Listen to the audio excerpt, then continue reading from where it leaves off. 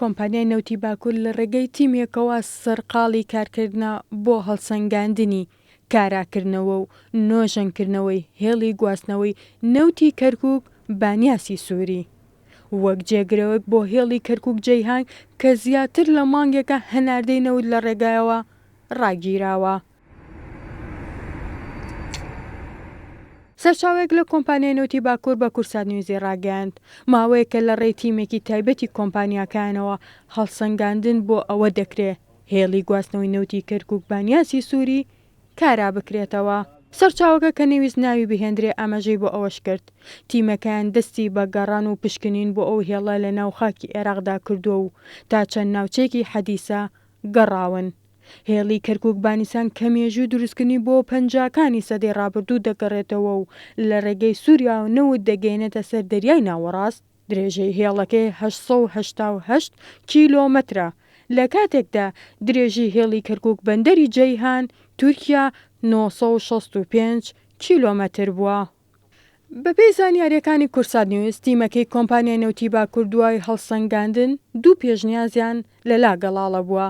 یەکەم ڕاکێشانی هێڵێکی نوێ لە نێوان کەرکووک بانیاس، دووەمیش نۆژەنکردنەوەی هێڵە کۆنەکەیە بەڵام ئەو پێشنیازە لای تیمەکە زۆر جێی ئومێد نییە چونکە ڕەنگە چاکنەوەی ئەستەم بێت.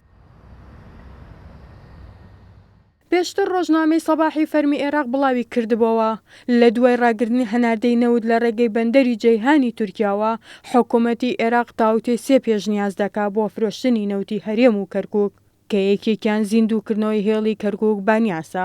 هەروەها سوهەیلە سوڵتانی ئەندامی لیژنەی نەوت و وزە لە ئەنجومەنی نوێنەران ڕایگەیاندبوو ئەگەری بەهێز کاراکردنەوەی هێڵی کەرکووک بانیاسە کە لە ئێستادا هەناردەکردنی نەوت لە ڕێگە ئەم هێڵەوە ڕاگیراوە و پێویستی بە نۆژەنکردنەوە هەیە. لە هێڵی کەرکووک بانیاس دوو بۆری کە یەکێکیان 30 ئینج و ئەوی تریان 32 ئینجە لە ژێر زەویەوە نەوت لە کەرکووکەوە دەگەێنێتە بانیاس و لەوێشەوە دەینێرێتە سەر دەریای ڕەوش و بە کەشتی ڕەوانی وڵاتانی جیهان دەکرێت. هێڵی کەرکووک بانیاس تا ساڵی 1982 نەوتی کەرکووکی لێوە ڕەوانە دەکرا بەرەو دەرەوە بەڵام دواتر بەهۆی خراپبوونی پەیوەندیەکانی بەغداد و دیمەشقەوە ڕاگیرا. دواتر و لە ساڵی 2000 بەپێی ڕێکەوتنێکی نهێنی لە نێوان بەغداد و دیمەشق هەناردەی نەوت لەو هێڵەوە بە توانای 150,000 بەرمیل لە ڕۆژەکە دەستی پێکردەوە. بەڵام بەهۆی پرۆسەی ئازادی عێراق لە ساڵی 2003 هێڵەکە زیانی زۆری بەرکەوت و لە کارکەوت. بە وتەی سەرچاوەکە ئەگەر ئەو هێڵە بخرێتەوە کار ڕۆژانە دەتوانێت 700,000 بەرمیل نەوت لە ڕێگایەوە هەناردە بکرێت.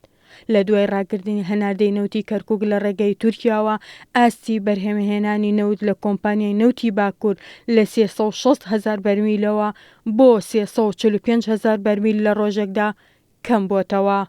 بەشی زۆری بەرهەمی ئێستا بۆ پێداویستی پاڵاوگەکانی ناوخۆ بەکاردەهێنرێت.